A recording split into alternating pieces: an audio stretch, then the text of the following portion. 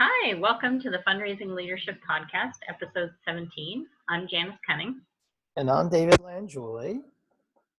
and we're going to talk about today the idea of leading a more integrated life. Yeah, it's a stand we take, Janice, for ourselves and for our coaching clients, for sure. So I know you have something coming up on the horizon for you in terms of like vacation. So why don't you share just a little bit of that, and then I'll share a little bit about what's coming up for me, and then we can talk about something we call the Wheel of Life. How about that? Yeah, we both kind of have, we just noticed we kind of have some like interesting personal things coming up in the next few weeks. So I am heading off to England with my husband for a couple of weeks, and that's where he grew up. So we're going, sort of going back to his homeland, and we'll be seeing his brother and his uncle and staying with a friend of mine. But probably like the most interesting piece for me is that I have two cousins who live in England who are almost, the same age as me, and yet we've never met. So I'm actually going to spend a weekend where they live and get to know them, which feels, at 48 years old, quite like a fun thing to suddenly meet family that you didn't know didn't know very well. So, Yeah, great. So I'm hearing, significant other romance. I'm hearing like change in environment. You're going to England. I'm hearing family and friends. Mm-hmm.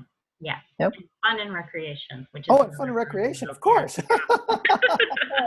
forgot about that one too. Yeah, and one of the things actually we're committed to doing, because we go to England quite often, but we often are running around visiting family. But we're going to go to Stonehenge, which is something that we've always wanted to see and have not yet made it to see yet. So that I think is going to be a very impactful experience for us. Nice. Yeah. And what about you? You're heading off tomorrow. Yep. Tomorrow, I'm heading off to Vegas to compete in the Masters World Championships of Jiu-Jitsu. And so it's actually something that I've been looking forward to for a year. And as you know, I engage in this sport to honor, one of the parts of my life I call health and fitness. And also, it's fun and recreation involved with that too. It also has to do with friendship for me. I call it fellowship, but so the guys that I, practice with and train with are, all good friends, and it's a really nice fellowship. And one thing, you pointed out to me is, you have a lovely wife and two daughters, and they have two women business partners. So it's kind of nice for you to have a group of guys. It is actually. I can get in touch with my testosterone.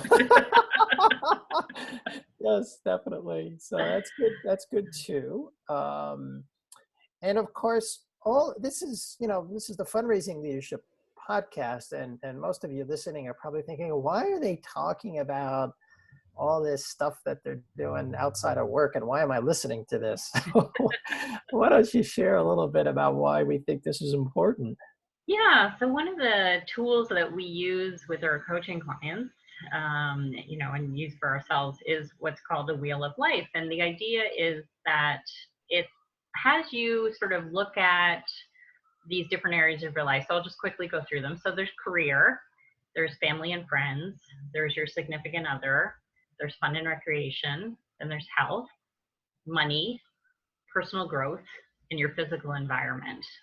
And the idea is to give you a chance to kind of, for yourself, right? Like, how fulfilled or satisfied am I with these different areas of my life? Right. And, you can create this wheel for yourself. You can add other wedges. Like, I know for me, like in the center of the wheel, I like to put spirituality in the center of my own wheel. And then I create an annual vision board using the wheel. Mm-hmm. And I put like pictures in each wedge to remind me of what I'm focused on. And did you say money, Janice? That's one of them too, right? Yeah, money. Yeah, Yeah, yeah, money. yeah. So mostly we tend to, in the professional realm, we tend to focus on career, work, money, and ignore the other wedges in the how they're interrelated, I guess is Hmm. what I want to say. Yeah, Yeah, and I think that's, it's not about what you have or don't have. It's more like how are you feeling about it. And I always say to people, like, if you do, like, we have people put a number from 1 to 10, but the numbers aren't really important. It's more like how balanced is it? So if you actually yeah, think about it as a wheel, it's like it's quite clunky if career's getting a 9 and your, let's say, health is getting a 2. Then right, it's an imbalance in your life. right. Yeah, yeah. Yeah, and I like that word balance. And yeah, there's some times where you're just yes, you are just focused on one of these areas or another. And I like to, with clients, talk about how are they integrating these different aspects of their life. So for me, for example, like the whole jujitsu thing is very much also about personal growth. Like it's super challenging for me Mhm. right now to be doing this at this age, and it is having an impact on all other areas. It costs me time and money to be involved with this. But I am noticing also like that what what shows up there is often helps me deal with what shows up in work. Mhm. Yeah. How Yeah. about for you? How like when you talk about going on vacation, how, how does the integration work for you? Yeah, I think for me it's interesting. My own coach, Sally, often reminds me that when I go on vacation, sort of there's this magical way that some new opportunity always comes in. Like I really believe, like when I kind of create space, then like things show up that are supposed to, show up for me. Mm, And I also feel like, for me, I'm a coach, but for a lot of people, like if you're in a leadership role and you're managing people, like there's an energy that you need to be able to give to those relationships. And then, just sort of disconnecting and taking time and nurturing your own personal relationships, or if you like to travel by yourself, spending time by yourself allows me, and I think other people, to kind of be able to come back and really give what they want to give to other people. yeah. I love what you just said about folks in the audience, for folks in the audience who are leading teams, they may be managing, if you're 90 plus percent focus on work, think about the impact, you're going to be like other people may not be that way on the team. Mhm. They might have parents that they're caring for, or they might have children that they're caring for, or they may need time to go to England and be with family and friends and be with their spouse, right? So it's just because you're a workaholic doesn't mean that everyone else is going to be one too.